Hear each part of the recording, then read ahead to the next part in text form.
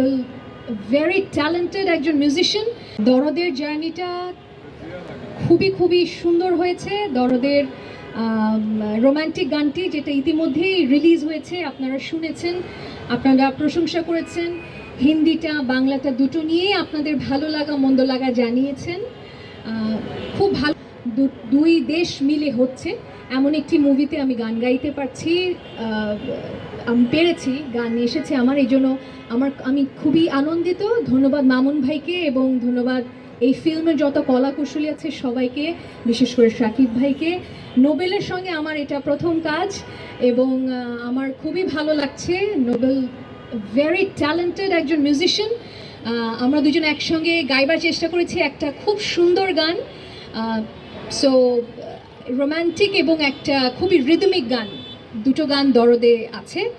আশা করছি আমার গাইতে যতটুকু ভালো লেগেছে আপনাদের তার চেয়েও ভালো লাগবে। কোনাল আপু, আমি দিবাকর, বাংলাদেশ টাইমস থেকে।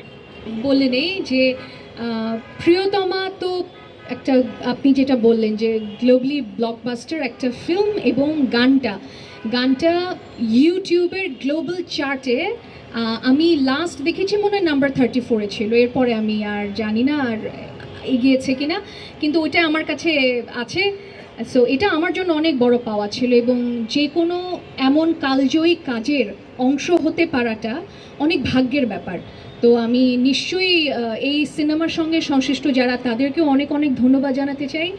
দরদের গানটি নিয়ে শাকিব ভাইয়ের সাথে আমার কোনো কথা হয়নি আগেও বা পরেও, তো এটা নিয়ে আমি জানি না। মামুন ভাইয়ের সাথে প্রতিনিয়ত কথা হয়েছে, এবং আরেকটি যে গানটি স্যাভি করেছে, ভেরি ট্যালেন্টেড মিউজিশিয়ান স্যাভি, ওনার সঙ্গে আমার কথা হয়েছে। তো এই আমার কাছে তো এটাই জানতে চাই। নোবেল ভাইয়ের কাছে